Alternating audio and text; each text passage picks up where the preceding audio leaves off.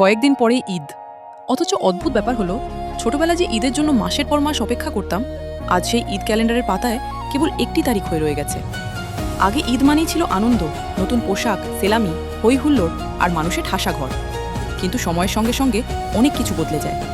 এখন ঈদ আসে, কিন্তু প্রিয় কিছু মানুষ আর ফিরে আসে না। কারো মা নেই, কারো বাবা নেই, কোনো বন্ধুর সঙ্গে সম্পর্ক ভেঙে গেছে, আবার কারো সাথে হয়তো কথা বলাই বন্ধ হয়ে গেছে। ঈদের দিন যখন সবাই সবাইকে জড়িয়ে ধরে, তখন মনের ভেতরে কোথাও যেন একটা শূন্যতা অনুভব হয়। সবার মুখে হাসি থাকে, কিন্তু প্রতিটি হাসির আড়ালে লুকিয়ে থাকে এক একটি গল্প। কেউ হয়তো ঈদের দিনও প্রিয় মানুষের শেষ মেসেজটি পড়ে দেখে, কেউ পুরনো ছবি দেখে সময় কাটায়, আবার কেউ বা একদম চুপ হয়ে যায়। অদ্ভুত, তাই না? ঈদের দিন সামনে, অথচ মন আটকে আছে অন্য কোনো অতীতে। তখনই বোঝা যায়, ঈদ কেবল নতুন পোশাকে হয় না, ঈদ হয় সেই মানুষগুলোকে নিয়ে যারা একসময় আমাদের পাশাসে ছিল। তাই এই ঈদে যদি তোমার পাশে এমন কেউ থাকে যে তোমাকে ভালোবাসে, তবে তাকে শক্ত করে জড়িয়ে ধরো। কারণ জীবনের সবচেয়ে যন্ত্রণাদায়ক অনুভূতি হলো, ঈদ তো বারবার ফিরে আসে, কিন্তু কিছু মানুষ আর কখনোই ফিরে আসে না।